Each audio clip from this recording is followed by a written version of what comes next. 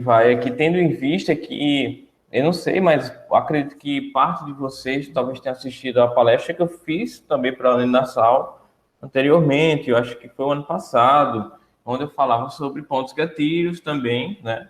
Mas ali eu trouxe ainda alguns conceitos introdutórios, alguns aspectos clínicos, e aqui não, aqui a gente vai levar vocês por um caminho um pouco diferente, mas no sentido de da gente ter uma perspectiva crítica também do que a gente tem realmente em relação ao entendimento desses pontos gatilhos, tá? A gente entende quando fala de pontos gatilhos, vocês, eu acredito que a maioria já deve ter estudado ou em RTM, ou está atendendo pacientes na clínica escola, ou deve ter vários profissionais aqui também. E a primeira ideia que a gente percebe ao avaliar, e principalmente a palpação, que é a principal forma de avaliação, a gente percebe uma área nodulada, um nódulo, né?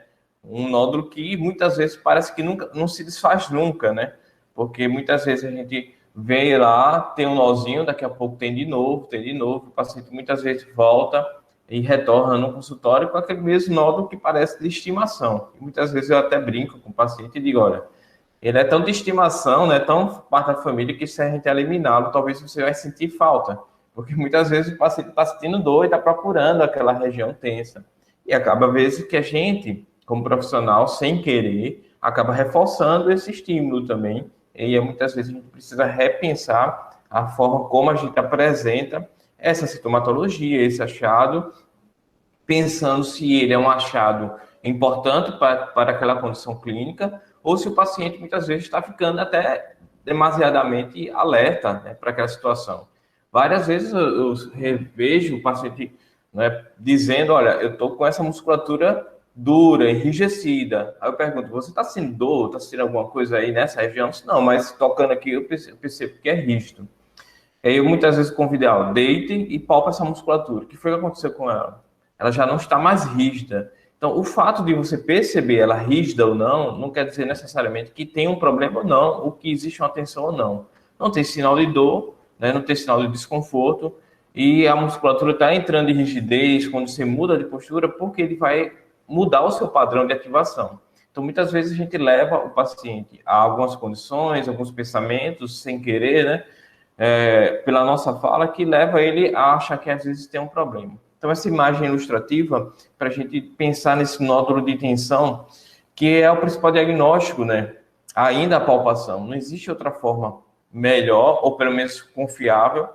E será que a palpação em si é confiável, né? A gente avalia e fala tanto das nossas mãos, e será que a gente treina de forma adequada?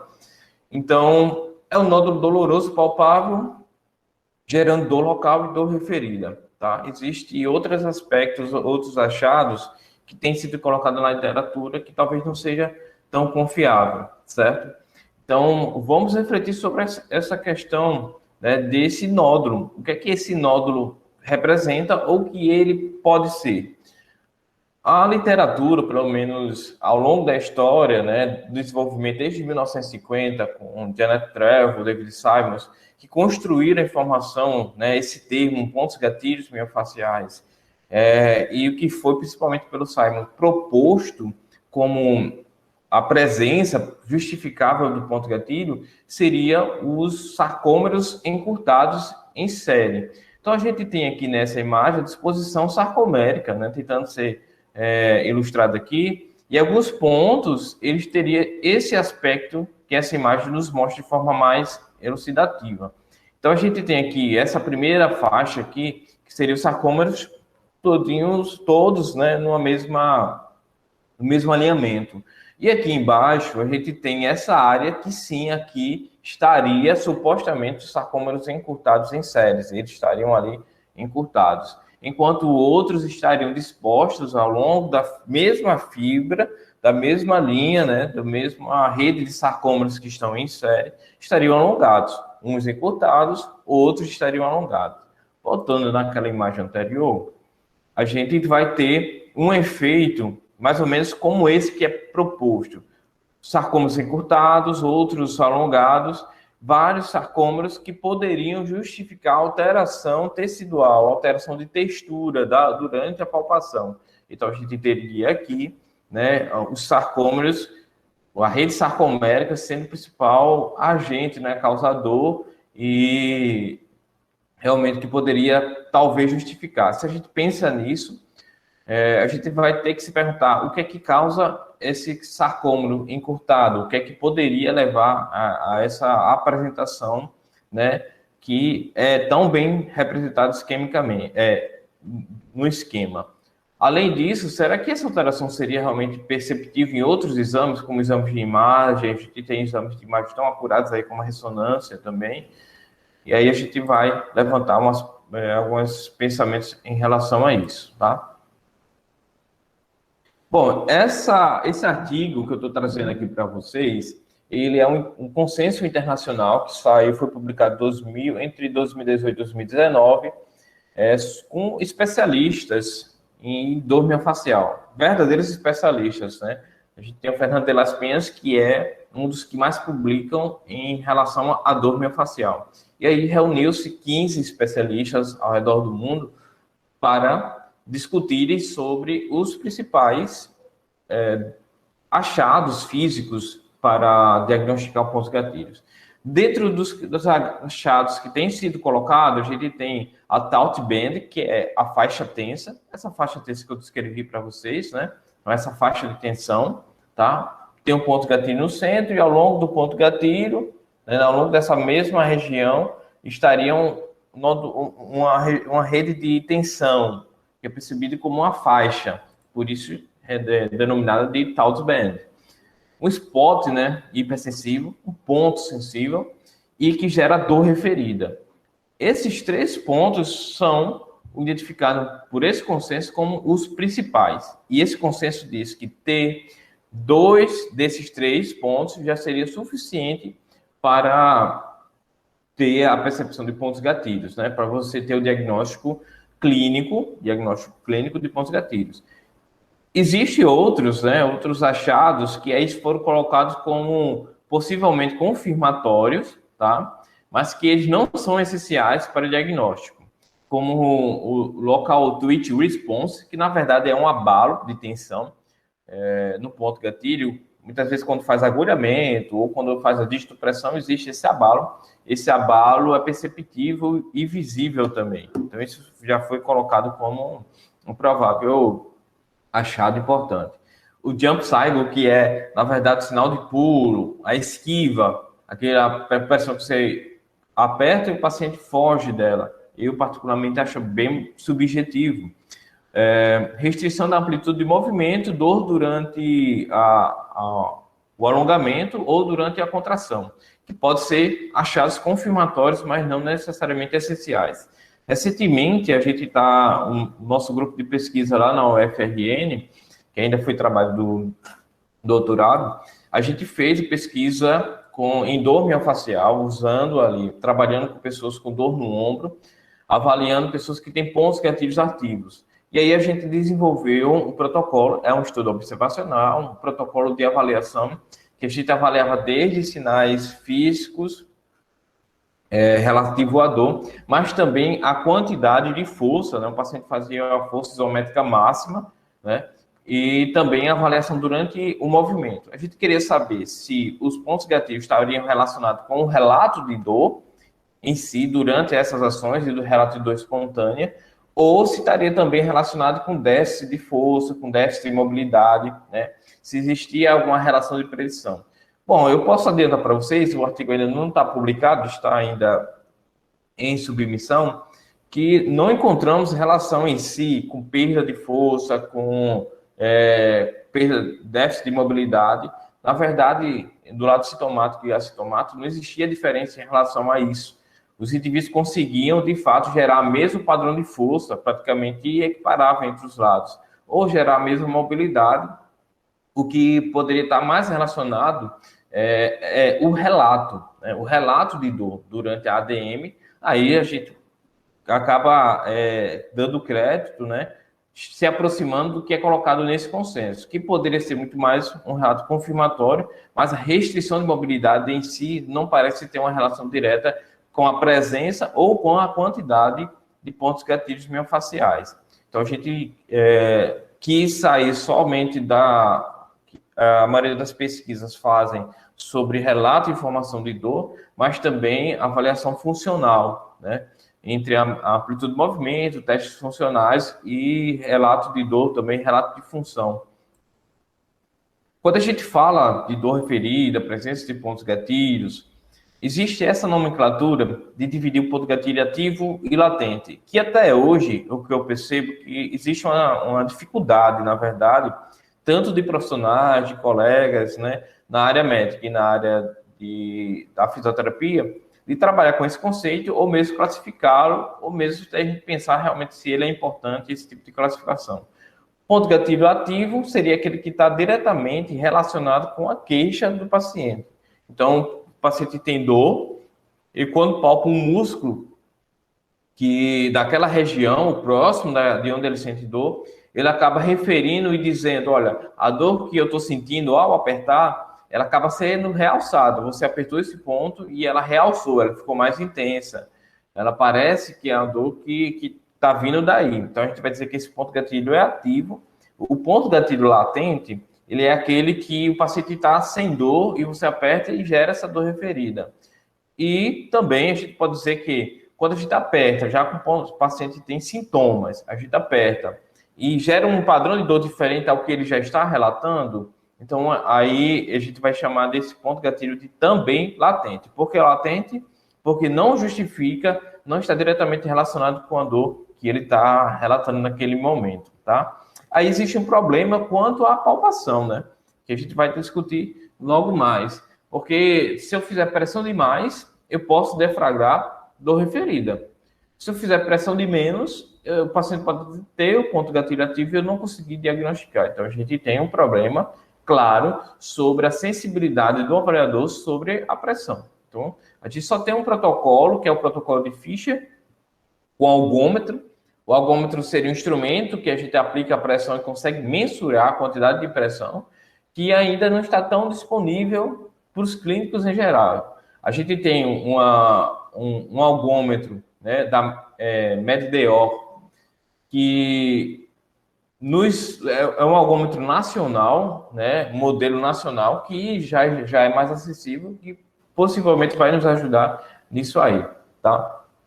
Mas falando ainda de pontos gatilhos ativo e latente, o que esse conselho coloca, né, esse consenso, eu gostaria de destacar, é o seguinte, é que a gente deve considerar ponto gatilho ativo não só quando está referindo, o paciente refere uma dor no sintoma em repouso, que é muitas vezes o parâmetro de referência.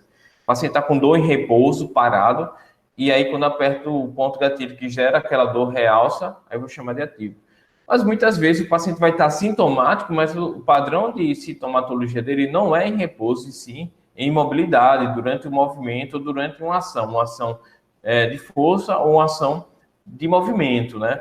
Então, quando ele refere dor ao movimento e você, ao avaliar, percebe que o ponto gatilho está reproduzindo aquela dor que ele fala que sente ao movimento, você também chamaria esse ponto gatilho de ponto gatilho ativo, estando em consenso pelo menos com com dois desses três achados. Então, é o que esse consenso coloca.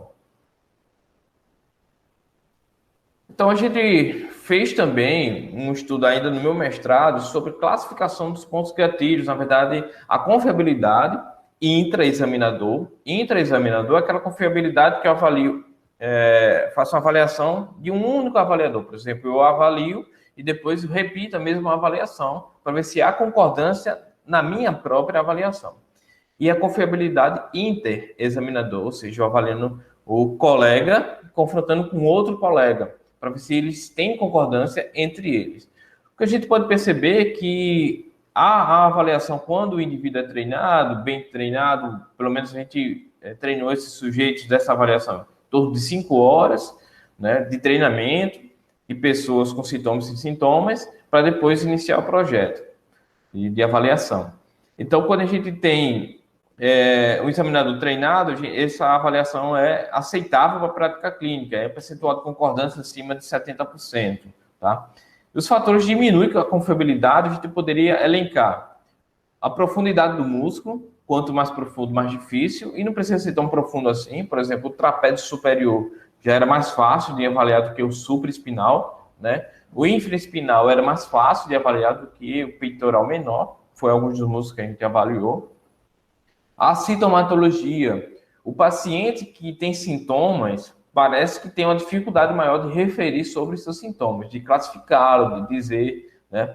Então a gente encontrou essa dificuldade. O que acontece é que muitas vezes o paciente tem dor crônica, né? A maioria desse paciente tinha dor há mais de 3 meses, e talvez essa percepção, existe um fenômeno que a gente vai chamar de borramento sensorial, né?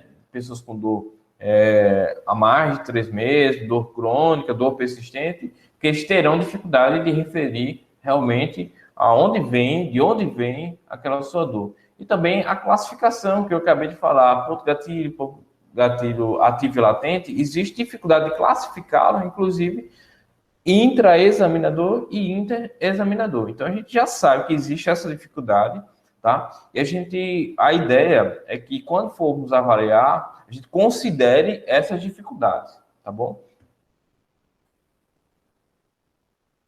Então a gente tem algumas dificuldades que eu vou colocar para vocês, para que nas nossas avaliações a gente já pense que existem essas prováveis dificuldades e a gente já se prepare para elas. Por exemplo, alguns estudos, né, o que eu estou trazendo aqui de informações é dos estudos de confiabilidade em pontos gatilhos, que foram vistos ao longo desses.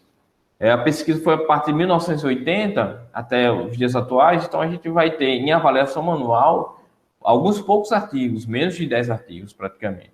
Então pode variar com a experiência e treinamento dos avaliadores. A confiabilidade também pode variar entre avaliadores, sendo que a classificação, pontos gatilhos, ativos e latentes, com menor confiabilidade, né? Classificar é mais complicado do que identificar, foi o que eu coloquei para vocês do nosso estudo anterior. A resposta de contração pode não ser o indicador. Qual a resposta? Aquela local twitch response, aquela história de ver o abalo, a musculatura tremendo naquele local, isso também acaba não sendo um bom indicador, tanto que entra o consenso lá, é um dos que tem a menor, né, concordância entre os avaliadores. E o reconhecimento da dor ferida apresentou uma boa concordância. Praticamente é onde a gente se baseia, de fato, né, se o paciente tem dor ou não, pela essa questão dor referida, levando à percepção se é ponto gatilho ou não.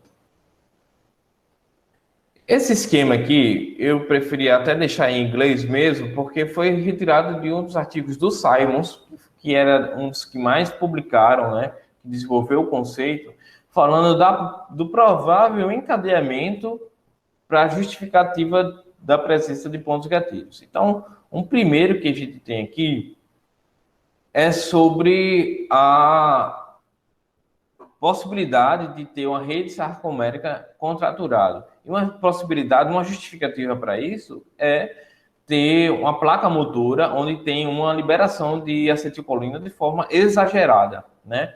Existe o que chama de placa motora disfuncional. A questão é, por que disfuncional? Porque existe uma hiperatividade em relação à placa motora. Parece que, de fato, existe, catecolaminas, onde o paciente refere dor, de forma exagerada, de fato. Mas o que causaria? É justificado macrotraumas, microtraumas, traumas repetitivos, mas ainda, para a gente, ainda não está claro o que realmente poderia causar, se é a causa, se a gente teria alguma coisa para prevenir essa condição. Então, se a gente tem uma rede sarcomérica, um sarcoma encurtado, um aspecto nodular, será que existe alteração visual que outros exames de imagem poderiam nos ajudar a diagnosticar? Para isso foi desenvolvido, né, desde 1905, a gente tem alguns artigos, trouxe aí para vocês essa referência aí dessa revisão, tá? Onde a gente tem a possibilidade de avaliar através da ultrassonografia. E hoje em dia a gente pode avaliar com ultrassonografia através do celular. Existe um cabeçote, né? Na verdade, o transdutor que se comunica com o celular e o aplicativo acaba, né, fazendo a leitura das informações que você vê no transdutor. Não é barato, tá? ou aí o modelo mais simples, talvez esteja na casa aí dos R$ 30.000, pelo menos foi a última informação que eu tive, mas é uma possibilidade desde que a gente realmente veja uma confiabilidade de uso.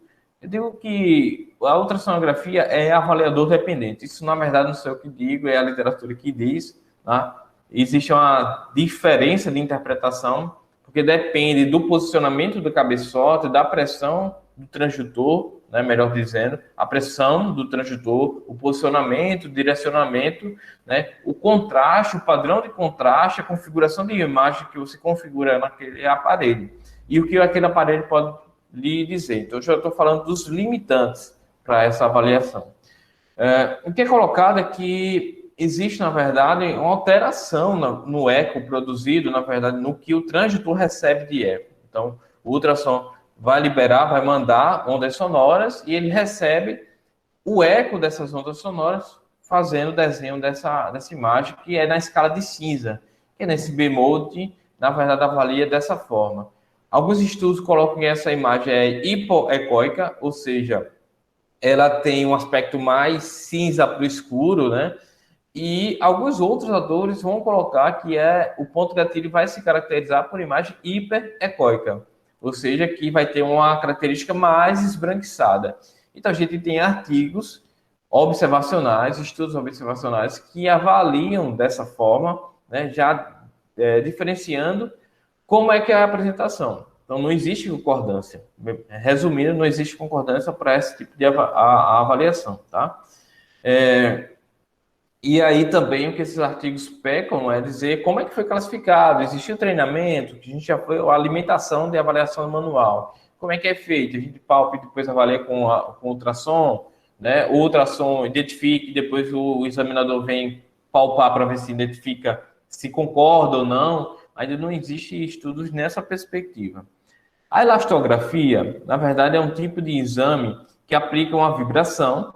Na verdade, a gente tem aqui um instrumento que vai aplicar uma vibração sobre o tecido. A musculatura vibra e a ideia é de que onde tem áreas noduladas vão apresentar vibrações diferentes. O tecido vibra diferente, o tendão vibra diferente do músculo e uma área cicatricial do músculo vibra diferente do restante do músculo. Destoa. Então, isso poderia ser identificado também através da ultrassonografia, que tem o mesmo problema que eu falei para vocês. O que aparece de forma mais elucidativa é o Doppler, onde nas áreas onde tem nodulação, parece que existe uma dificuldade vascular, uma resistência vascular à penetração do sangue, na perfusão sanguínea naquela região.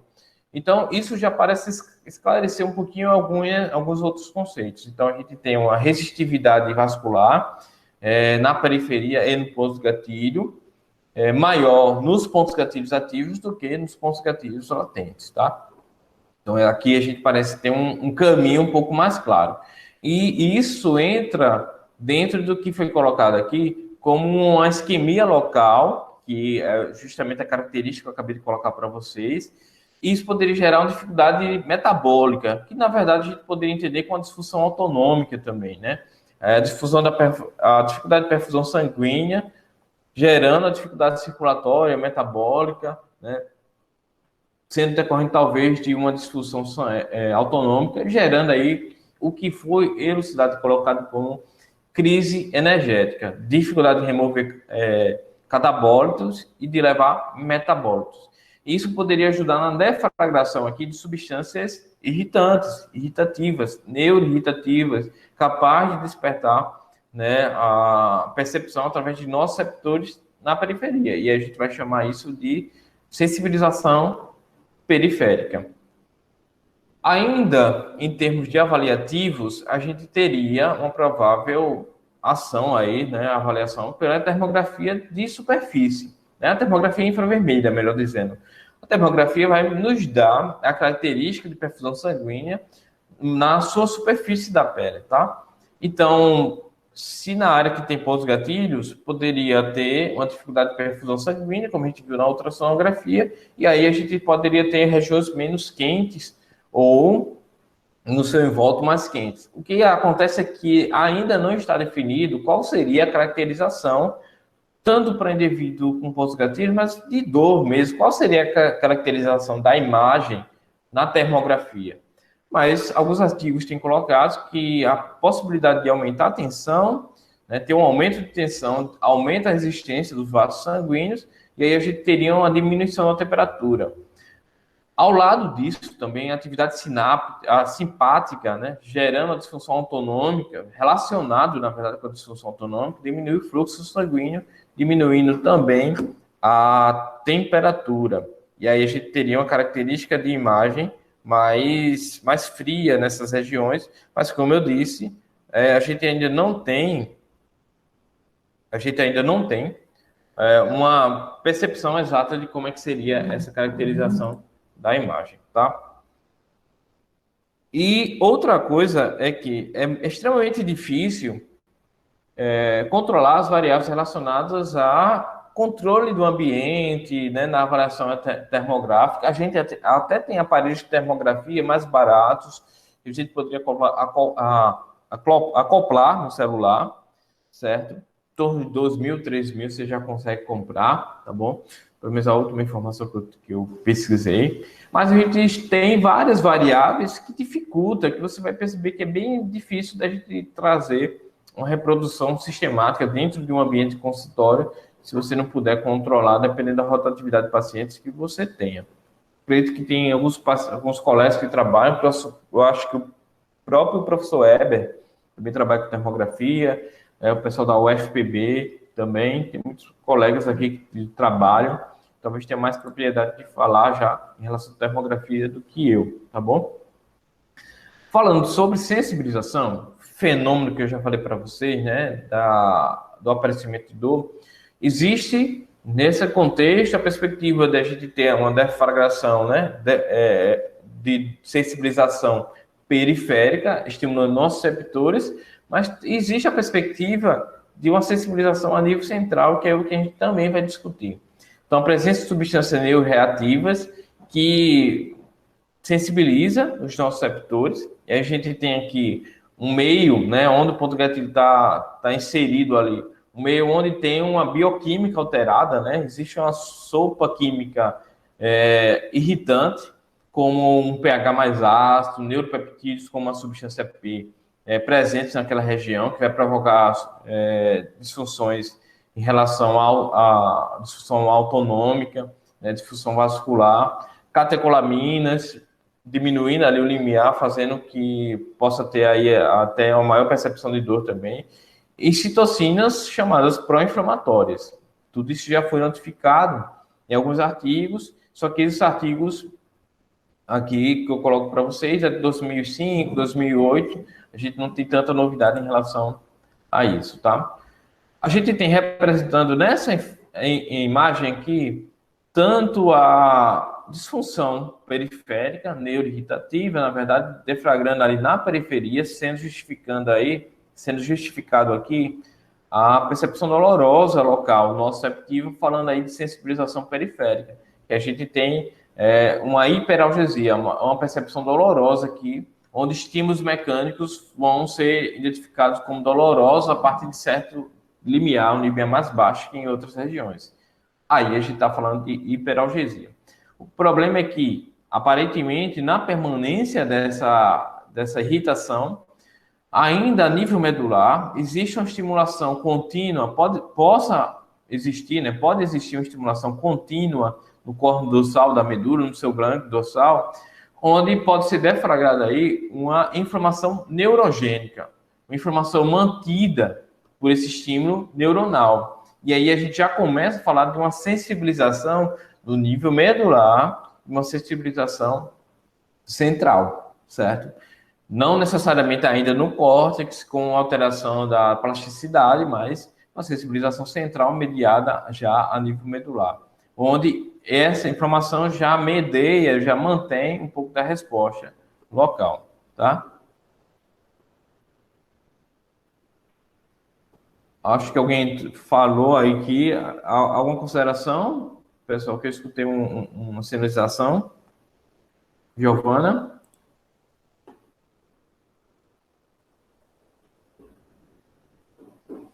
Bom, temos Oi, Diego, eu acho que não. Débora, você anotou alguma pergunta, Débora? Não, por enquanto não tem pergunta, não. Tá bom, perfeito. Então vou tocando aqui.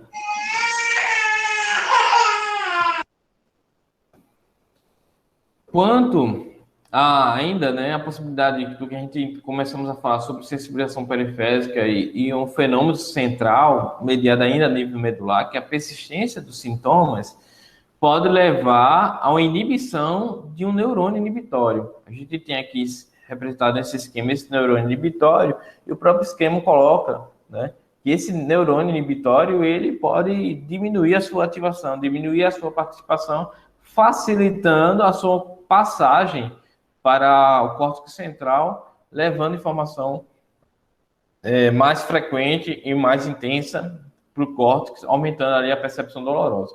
Então, o que é que a gente está falando aqui? Que a percepção local periférica pode ser a mesma, e a gente está falando de uma possibilidade do ponto gatilho não só gerar dor periférica, mas também ajudar a manter uma percepção maior de dor diante da sua percepção, diante da sua presença. Esse fenômeno aqui não seria exclusivo do ponto gatilho. Na verdade, qualquer lesão persistente o suficiente poderia provocar essa mudança, né? Essa percepção central. E isso não estaria necessariamente relacionado à gravidade do problema. Né? É muito mais pela adaptações pela persistência do que pela gravidade. Tá bom? Então, a gente tem aqui outro fenômeno que é de origem central, que é a própria dor referida. A dor referida é um fenômeno central, onde a gente tem chegando na medula informações de regiões diferentes, mas chegando no mesmo nível medular e havendo dificuldade para discriminação somatosensorial de onde é que vem essas situações. Então, a gente está falando de sensibilização central nesse nível aqui, que não é relacionada ainda com dor crônica. Dor referida, a manifestação de sensibilização central, um evento central, mas que não é relacionado necessariamente com dor crônica.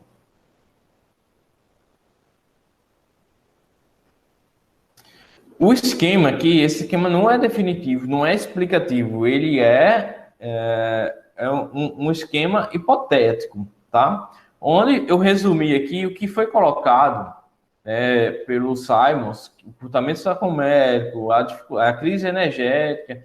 Aí sim, a partir daqui, isso se repete em outras lesões. A substância reativa, né, por alguma lesão, sensibilização nociceptiva, gerando dor, e a persistência disso pode deflagrar uma sensibilização central, inicialmente a nível medular, e ela pode se manter constante o suficiente para gerar alteração a nível cortical, que aí a gente vai chamar de uma plasticidade, tá? E a gente está falando de dor crônica e abordagem sobre os pontos gatilhos não vai resolver o problema do paciente que tem uma dor crônica por uma sensibilização central, ainda a nível cortical, tá? E aí a gente está falando de alodínia já, nesse caso, não necessariamente de hiperalgesia. Alodínia, onde estímulos que não deveriam ser identificados como dolorosos passam a ser dolorosos, tá bom? Então, existe essa diferença, existe esse parâmetro conceitual aqui para esclarecer para vocês. Mas, falando ainda de ponto gatilho, a grande dificuldade é realmente diagnosticar, quando você vira a palpação, e pensar no diagnóstico diferencial, porque existem outros prováveis explicadores, né?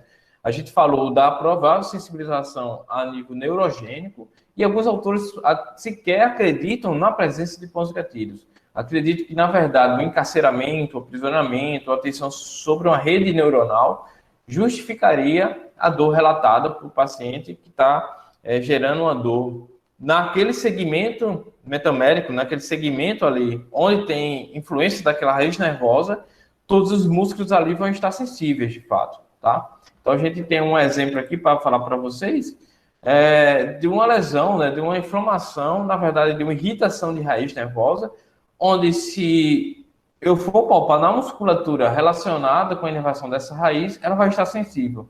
Mas o problema não é, na verdade, na musculatura. Se eu fizer o tratamento pensando só nos pontos gatilhos, eu posso não aliviar a dor do paciente, porque ele pode ter uma fonte de irritação na raiz, tá? Então, o que é que eu coloco aqui? Na verdade, a gente pode ter as duas coisas andando juntas, mas muitas vezes a principal disfunção, o principal problema é neuronal, é dor radicular, e a gente precisa classificar isso. A gente já tem guidelines, já tem cluster de testes que nos ajudam a ir mais no sentido de entender se a dor é neuropática, se a dor é de origem radicular, do que nociceptiva. A gente precisa deixar isso claro, porque aí a gente pode ter um padrão aqui de dor como esse, pensar que é trapézio inferior, é romboide, é infraespinal, né? E na verdade ele tem uma disfunção de raiz. E aí você comeu bola, você não está melhorando aquele seu paciente, porque ele tem uma condição que você ainda não pensou no diagnóstico diferencial. Então a gente precisa perceber isso. Eu convido a você, de fato, para dar uma leitura, né? Ler esses artigos aqui, são 2 editoriais aqui, esse outro artigo, para ter um pensamento, né? Abrir esse senso crítico também. Para a gente não pensar que tudo é ponto gatilho, que existem outras coisas no mundo, né? E a gente precisa ser crítico o suficiente para entender que talvez aquele paciente realmente não tenha essa principal condição e talvez fazer um agulhamento ou fazer qualquer outro tipo de intervenção ali não vai ajudar ele naquele momento. Então, eu falei para vocês, notícias difíceis, como a avaliação é difícil, certo? E muitas vezes não confiável. A fisiopatologia não é clara e a sua manifestação clínica também é incerta. Então, o que é que a gente deve fazer diante de tanta dificuldade, né, avaliativa? A gente deve abandonar? Na verdade, a minha perspectiva é que a gente não abandone, mas que se torne crítico. Então, o principal motivo dessa palestra é de aumentar, né, trazer nosso senso crítico. Você pode até discordar de mim totalmente, mas que a gente possa discutir e basar isso nas evidências, o que há, de claro, e o que não há, e não abandonar isso na nossa avaliação, mas sim a gente abrir a nossa mente para que saber que existe toda essa dificuldade e realmente eu devo me questionar se aquela condição é plausível ou não da presença de pontos gatilhos, tá?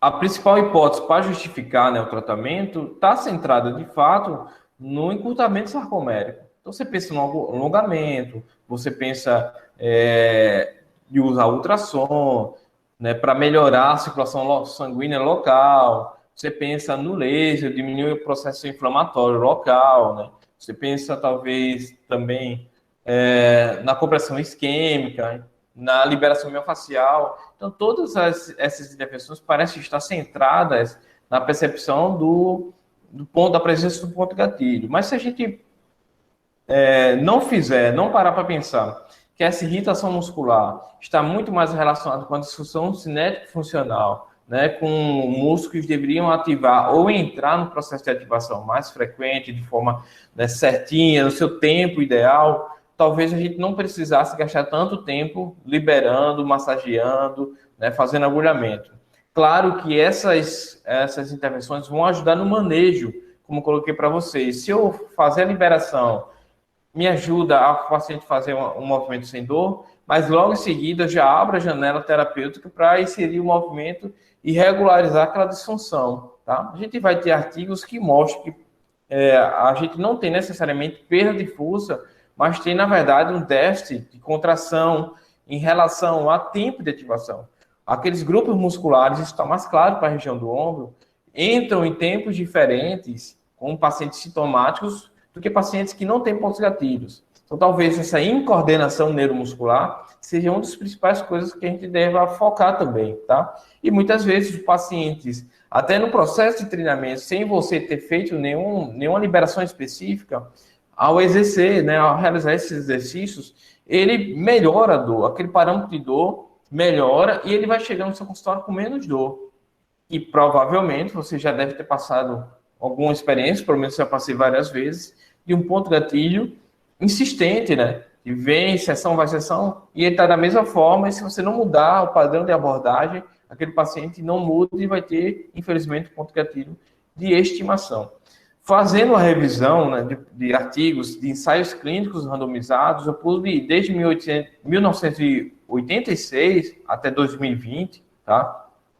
Isso eu fiz a pesquisa, acho que é a março para abril, agora a gente deve ter outros artigos, eu devo atualizar, 26 artigos, onde 23 analisaram desfecho de dor, não analisaram outros desfechos, analisaram especificamente dor, 12 limiar de dor à pressão, tá? Quando a gente fala de disfunções de movimento, né, de mobilidade, né, de dor na presença de movimento, de testes em ADM, de força, enfim, a gente já despenca muito, tá? E quando a gente fala, aqui eu não coloquei o dado, quando a gente fala de avaliação de uma única sessão, né, os artigos que avaliaram os efeitos imediatos, a gente tem 11 artigos falando disso, então praticamente quase a metade desse número.